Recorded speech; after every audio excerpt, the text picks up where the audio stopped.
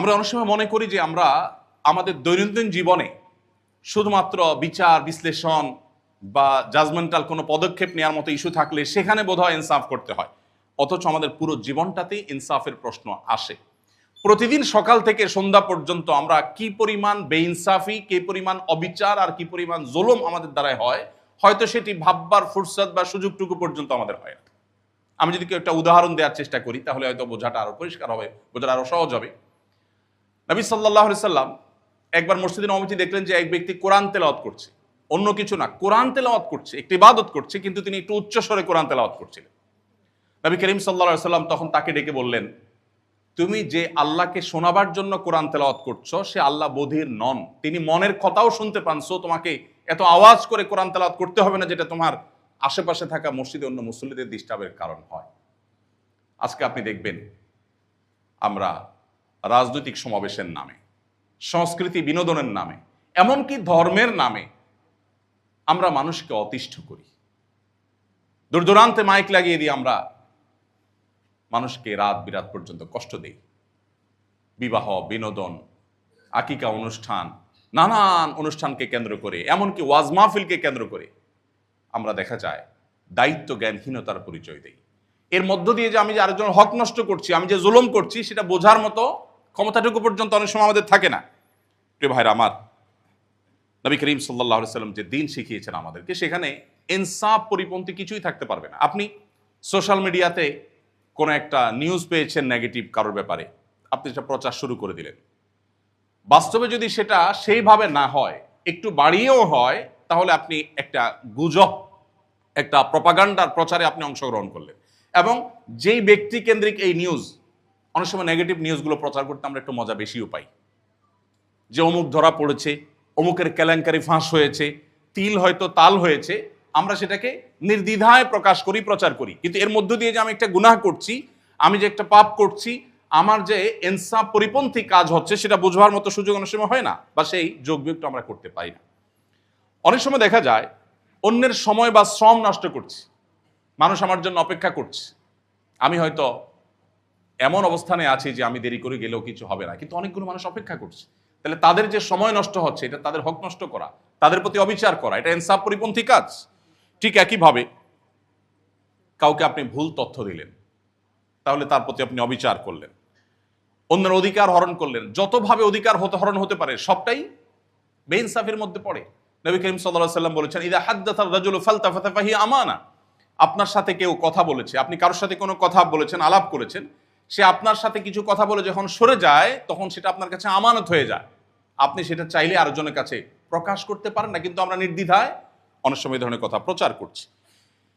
আপনি পাবলিক বাসে যাচ্ছেন, পাবলিক পরিবহনে যাচ্ছেন, আপনার পাশের সিটের লোকটা আপনার দ্বারা কষ্ট পাচ্ছে কিনা, আপনি দাঁড়াচ্ছেন, পাশের লোকটা কোনো ডিস্টার্ব হচ্ছে কিনা, এটা দেখা গুরুত্বপূর্ণ। বাট আমরা নিজের স্বার্থ এবং শুধুই নিজের সুবিধাটা বিবেচনা করি। অনেক সময় দেখা যায় আমি নামাজে কালামে ধার্মিক, আমি অন্যান্য ক্ষেত্রে ধার্মিকতার পরিচয় দিই, কিন্তু এই সময়টাতে আমার ধার্মিকতার কথা আমাদের মাথায় আসে না, অথচ সেখানেও কিন্তু আমার মাধ্যমে অবিচার হতে পারে, ইনসাফ পরিপন্থী কাজ হতে পারে।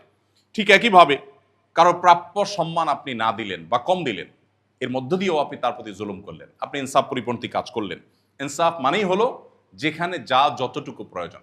আপনি একজন রিক্সা চালককে ডাক দিলেন, এই ডাকটার মধ্যে যদি তাচ্ছিল্য থাকে, আপনি তার সাথে কথা বললেন, কোনো কারণে আপনার রাগত স্বরে যদি তার সাথে কথা বলেন, তাহলে আপনি এই যে হয়তো একই কথা যেটা আপনি একটু প্রেসার দিয়ে বলেছেন, একটু জোর দিয়ে বলেছেন, হয়তো একটু উচ্চ আওয়াজে বলেছেন, যেটার ফলে তার প্রতি আপনি অবিচার করেছেন, কিয়ামতের ময়দানে আপনি হয়তো ভাবতেও পাবেন না যে এইটুকু বিষয় আল্লাহ রাব্বুল আলামিন ধরেছেন। আল্লাহ বলেছেন, ওয়ামাই ইয়ামাল মিসকালা যাররাতিন শাররান ইয়ারা। আপনি যেই কোনো আচরণ করেন, একজন মুসলমান হিসেবে আপনাকে মেপে মেপে প্রত্যেকটা আচরণ, প্রত্যেকটা কাজ আপনাকে করতে হবে। ঠিক একইভাবে আমাদের পরিবারের প্রতি আমরা অনেক সময় জুলুম করি, ইনসাফ পরিপন্থী কাজ করি, যেটা আমরা লক্ষ্য করি না। আমাদের প্রতিবেশী, আমাদের সহকর্মী, পরিচিত মানুষজন, অপরিচিত মানুষজন, সবার সাথে ইনসাফ করার, সবার সাথে ন্যায়সঙ্গত আচরণ করবার প্রশ্ন কিন্তু আছে। ঠিক একইভাবে আমরা যখন কোনো কিছু অপচয় করি, তখনও বেইনসাফি হয়, তখনও অন্যায় হয়, তখন কিন্তু অবিচার হয়। এবং সেটা যে অবিচার, এটা অনেক সময় আমরা মাথায় রাখি না। আমি মনে করি আমার টাকার কেনার জিনিস, দেখুন গোটা পৃথিবীর সব সভ্যতা আপনাকে বলবে আপনার টাকার কেনার জিনিস আপনি নষ্ট করছেন, অপচয় করছেন, আপনি কিছু খাচ্ছেন, কিছু ফেলে দিচ্ছেন, কারোর কিছু বলার নাই।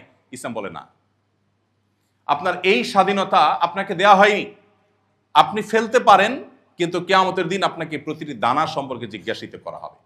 আজকে পৃথিবীতে যে ক্রাইসিস, আজকে যে দুর্ভিক্ষ, আজকে যে অভাব, এটা পৃথিবীর বন্টন নীতির ত্রুটির কারণে। আমরা সবাই জানি ফিলিস্তিনের গাজার মানুষরা না খেয়ে আছে, খাদ্যের অভাবে না, খাদ্যের অভাবে না, তাদেরকে সিস্টেমিক্যাল দুর্ভিক্ষের মধ্যে ফেলে দেওয়ার কারণে। ঠিক একইভাবে আমি যখন খাবারের অপচয় করি, ঠিক ওই সময়টাতে পৃথিবীর কোথাও না কোথাও কেউ না কেউ হয়তো খাবারে কষ্ট করছেন। ইসলাম আমাকে সেটা অ্যালাউ করে না। তো একজন মুসলমান তিনি যতটা দায়িত্বশীল হবেন, পৃথিবীতে তার মতো এত দায়িত্বশীলতা পৃথিবীতে অন্য কোনো মানুষের মধ্যে পাওয়ার কথা নয়। সময়ত উপস্থিতি ঠিক একইভাবে আজকে পরিবেশ দূষণের শিকার আমরা, ফ্যাক্টরি রেভলিউশনের নামে বা নানা নামে আমরা পৃথিবীর যে আসল চরিত্র সেটাকে নষ্ট করেছি। এখন পৃথিবীকে আমরা আবার আগের জায়গা নেওয়ার চেষ্টা করছি। মোহাম্মদ সাল্লা সাল্লাম আজ থেকে প্রায় 1450 বছর আগে, যখন পৃথিবীর পরিবেশ যখন বিপর্যস্ত হয়নি, পরিবেশ যখন দূষিত হয়নি, তখন তিনি বলেছেন তোমার হাতে যদি কোনো গাছের চারা থাকে আর তুমি দেখতে পাও আল্লাহর ফেরেশতা ইসরাফিল সিংহে ফুৎকার দেওয়ার প্রস্তুতি নিয়েছেন, ওই অবস্থায়ও তুমি গাছের চারাটা রোপণ করে দাও। ইসরাফিলের সিংহা ফুৎকার দেওয়ার পর সুইচ টিপার পর সৃষ্টি জগৎ সব তুলার মতো উঠতে থাকবে, কোরআন বলেছে। সেটা জানার পরও তুমি গাছের চারাটা লাগিয়ে দাও, এর ফলে তোমাকে আল্লাহ তাআলা সওয়াব দিবেন। নবী সাল্লাল্লাহু আলাইহি ওয়াসাল্লাম বলেছেন তোমাদের কেউ যদি কোনো গাছের চারা লাগায়, কোনো বৃক্ষ রোপণ করে, সেই গাছ থেকে যদি কোনো ফল ফসল, তার পাতা পল্লব থেকে কোনো মানুষ, এমনকি কোনো পশু পাখি পোকামাকড় পর্যন্ত যদি খায়, তাহলে তারা যা এখান থেকে খাদ্য গ্রহণ করলো, তারা যে অক্সিজেন গ্রহণ করলো, তার ফলশ্রুতিতে আল্লাহ তাআলা তোমার আমলনামাতে সওয়াব লিপিবদ্ধ করবে। তুমি টাকা পয়সা দান করলে, ডোনেশন করলে, মানুষকে আহার দিলে যে সওয়াবটা পেতে, বৃক্ষরোপণ করার মধ্য দিয়ে তুমি সেটি লাভ করতে পারো, এবং তার চাইতে কোনো কোনো ক্ষেত্রে বেশি করতে পারো। কারণ আমি মানুষকে দাওয়াত দিয়ে খাওয়াতে পারি, পিপিলিকাকে নয়, পোকামাকড়কে নয়, কীটপতঙ্গকে নয়, পশু পাখিকে নয়, কিন্তু বৃক্ষরোপণ করার মধ্য দিয়ে নবীজি বলেছেন তুমি সেই সওয়াবটা লাভ করতে পারো। যখন পৃথিবীর এই অবস্থা হয়নি, যখন পরিবেশ দূষিত হয়নি, তখন নবী সাল্লাল্লাহু আলাইহি সাল্লাম পরিবেশ সুরক্ষিত রাখবার জন্য, পরিবেশ ভালো রাখবার জন্য তার যে নির্দেশনাগুলো ছিল, এগুলো মনে হয় যে 2025-এর পৃথিবীর জন্য যেন তিনি আজকেই বলে গেছেন, অথচ কথাগুলো বলেছেন প্রায় 150 সহস্রাব্দী আগে। তাহলে আমরা যখন পরিবেশ নষ্ট হওয়ার মতো কোনো কাজ করব, তখন আমার দ্বারা জুলুম হতে পারে। আমি চিপস খেয়ে ঠোঙাটা ছেড়ে দিলাম গাড়ির বাহিরে অথবা রাস্তাঘাটে, এই ঠোঙা হয়তো কোনো ড্রেনে গিয়ে পড়লো, সেখানে পানি জমা হয়ে ড্রেনের স্বাভাবিক প্রবাহকে ব্যাহত করলো, অথবা আমি ডাব খেয়ে ডাবের মালাটাকে কোথাও ফেলে দিলাম, সেখানে পানি জমলো, সে পানিতে কোনো ডেঙ্গু মশা তৈরি হয়ে হয়তো বা কাউকে কামড় দিয়েছে, যাকে কামড় দিয়েছে হয়তো কোনো গরিব মানুষ আইসিইউ পর্যন্ত চলে গেছে, হয়তোবা দুনিয়া থেকেও চলে যেতে হয়েছে, হয়তো ফ্যামিলিটা নিঃস্ব হয়ে গেছে আমার একটা ডাবের মালা থেকে। বাট আমি যখন ফেলছি তখন এটুকু আমি চিন্তাও করছি না যে আমাকে নবী সাল্লাল্লাহু আলাইহি সাল্লাম বলেছেন ইমাতাতুল আযা আনিত তারিক, রাস্তায় তোমার ফেলার তো প্রশ্নই ওঠে না, অন্য কেউ যদি কোনো কিছু ফেলে তুমি অ্যাজ এ মুসলিম সেটাকে তুলে যথাস্থানে ফেলা, এটা তোমার ইমানের দাবি। পথ পরিষ্কার করা ইমানের অঙ্গ। আমি জানি না আমাদের মধ্যে কজন মানুষ আছে যে বলতে পারবো যে আমি আজ এই পুরো দিনের মধ্যে কোথাও কেউ কোনো টিস্যু ফেলেছে অজায়গায়, সেটাকে আমি যথাস্থানে ফেলে দিয়েছি। এরকম দায়িত্বশীলতার পরিচয় আমরা কজন মানুষ দিতে পারি? কিন্তু ইসলাম আমাদেরকে সেই কথাটি বলেছে। সময়ত উপস্থিতি, পৃথিবীকে সাজাবার জন্য, আমাদের দেশকে সমৃদ্ধ করবার জন্য মুহাম্মদ সাল্লাল্লাহু আলাইহি সাল্লামের সিরাত চর্চার কোনো বিকল্প আমাদের সামনে নেই। অতএব বারবার করে তাকে আমাদের অধ্যয়ন করতে হবে, তাকে পাঠ করতে হবে, পুনর্পাঠ করতে হবে। আর সেজন্যই তার ইনসাফ, তার ন্যায় বিচার এবং ন্যায়সঙ্গত আচরণ, এটা আজকের পৃথিবীর সবচাইতে অপরিহার্য বিষয়, এবং সেটা শুধুমাত্র তার অনুকরণের মধ্য দিয়ে সম্ভব। ভাইরা আমার, আমাদের অজস্র এরকম অবিচার এবং ইনসাফ পরিপন্থী কাজ হয়। আপনারা যেহেতু ব্যাংকিং ব্যবস্থার সাথে জড়িত আছেন, সেজন্য ইনসাফ পরিপন্থী কোরআনের দৃষ্টিতে, হাদিসের দৃষ্টিতে একটা ইনসাফ পরিপন্থী বিষয় হলো রিবা। আজকের গোটা পৃথিবী যেটার উপর দাঁড়িয়ে আছে, এই সিস্টেম কোরআন এবং হাদিস এটাকে ইনসাফ পরিপন্থী হিসাবে আখ্যায়িত করেছে।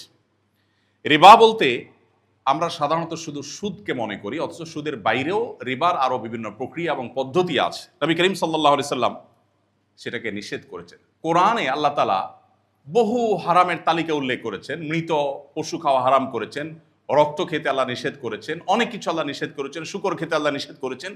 কিন্তু একটি হারামের ব্যাপারে আল্লাহ তাআলা যুদ্ধ ঘোষণা করেছেন, অন্য কোনো হারামের ক্ষেত্রে সেটা করেন নাই। এটা খুবই সিগনিফিকেন্ট। এবং কোরআন যেটাকে যত কঠোরভাবে নিষেধ করে, আজকের পৃথিবী তত অ্যাগ্রেসিভলি সেটাকে পুশ করে এবং প্রতিষ্ঠা করে। এটা হলো বাস্তবতা।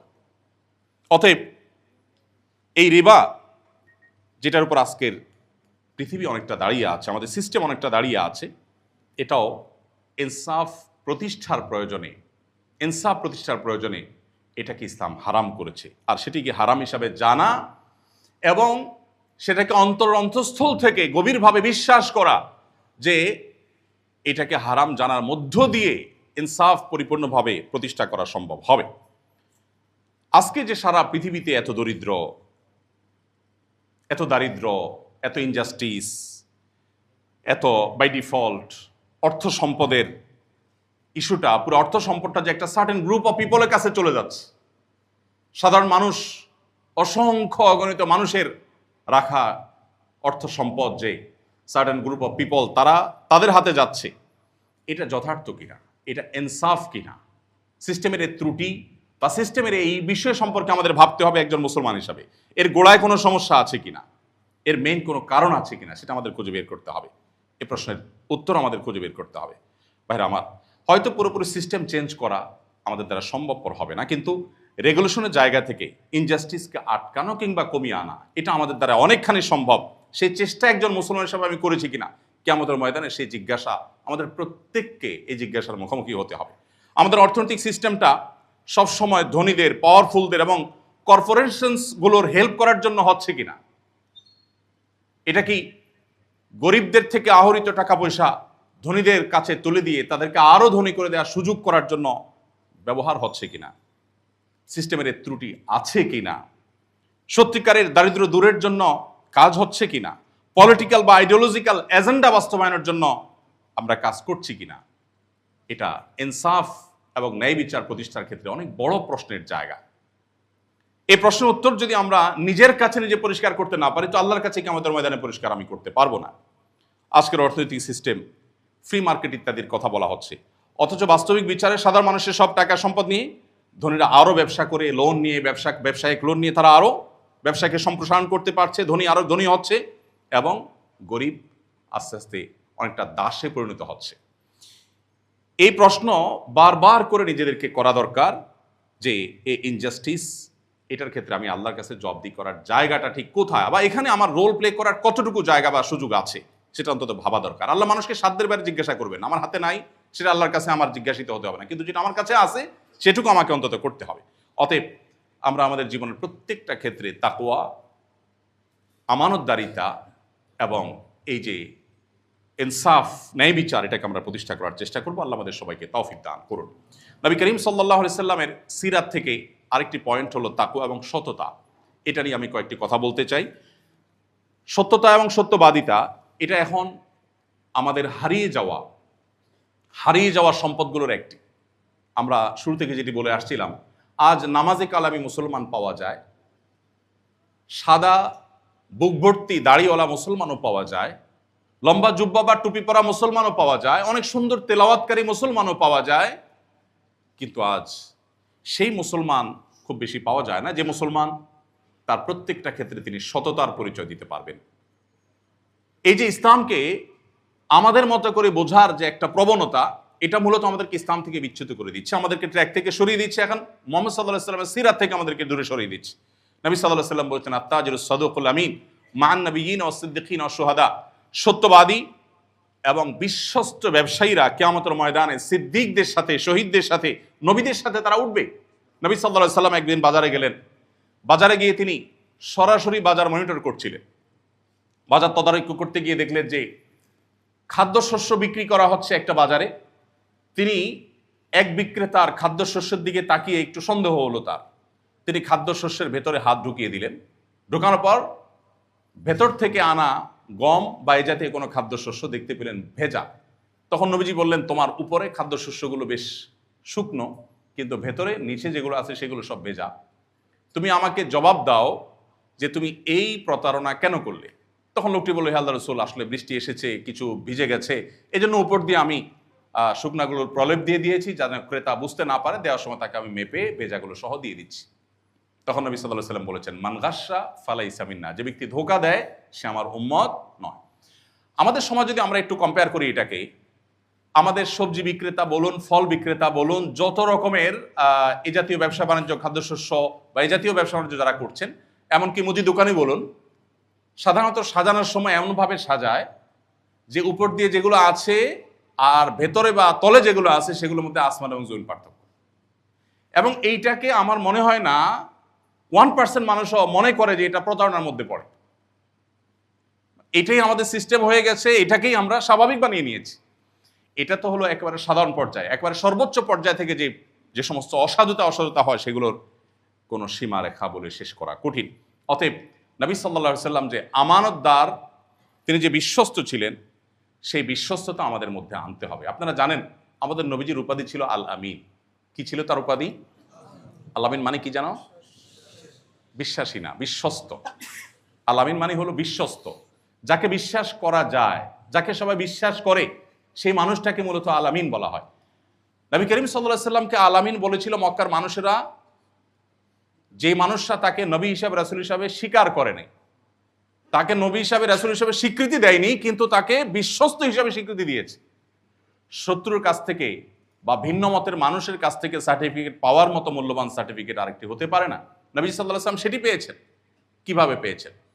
কারণ তার জীবনে তিনি বিশ্বস্ততার এমন এমন উদাহরণ সৃষ্টি করেছেন যেগুলো মানব ইতিহাসের হয়তো আর কেউ করতে